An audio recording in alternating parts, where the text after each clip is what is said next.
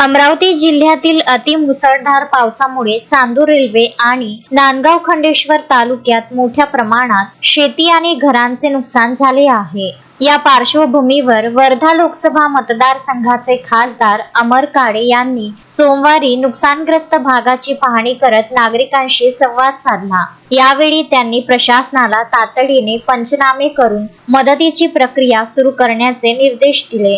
गेल्या 3 दिवसांपूर्वी झालेल्या अतिवृष्टीमुळे चांदूर रेल्वे आणि नांदगाव खंडेश्वर तालुक्यात अनेक शेतांचे मोठे नुकसान झाले आहे। अनेक ठिकाणी शेतातील स्प्रिंकलरचे पाईप वाहून गेले, शेती खरडून गेली, तर संत्रा बागांमधील झाडेही उन्मळून पडली। अनेक घरांचेही मोठे नुकसान झाले आहे। या पार्श्वभूमीवर खासदार अमर काळे यांनी नुकसानग्रस्त शेती, घरे आणि पूरग्रस्त भागाची प्रत्यक्ष पाहणी केली। शेतकरी आणि नागरिकांशी संवाद साधून त्यांच्या अडचणी जाणून घेतल्या। तसेच प्रशासनाला तातडीने पंचनामे करून शासनाची मदत लवकरात लवकर मिळवून देण्याचे निर्देश दिले। तसेच राजुरा येथील खोलाड नदी आणि नावली खरवाडी नाल्यावर आलेल्या पुराच्या ठिकाणीही खासदारांनी भेट दिली। याच ठिकाणी पुराच्या पाण्यात अडकलेल्या 7 जणांची बचाव पथकाने यशस्वी सुटका केली होती। या बचाव कार्याबद्दल त्यांनी पथकाचे कौतुक केले